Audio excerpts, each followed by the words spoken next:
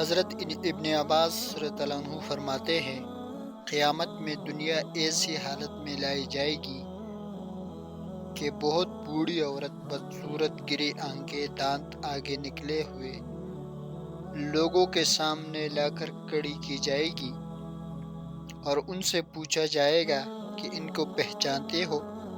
وہ کہیں گے خدا کی پناہ، یہ کیا بلا ہے؟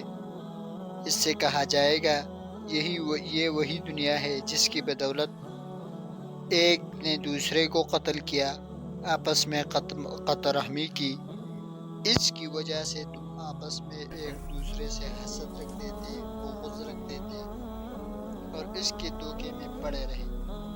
اس کے بعد بڑھیا کو جہنم میں پھینک دیا جائے گا۔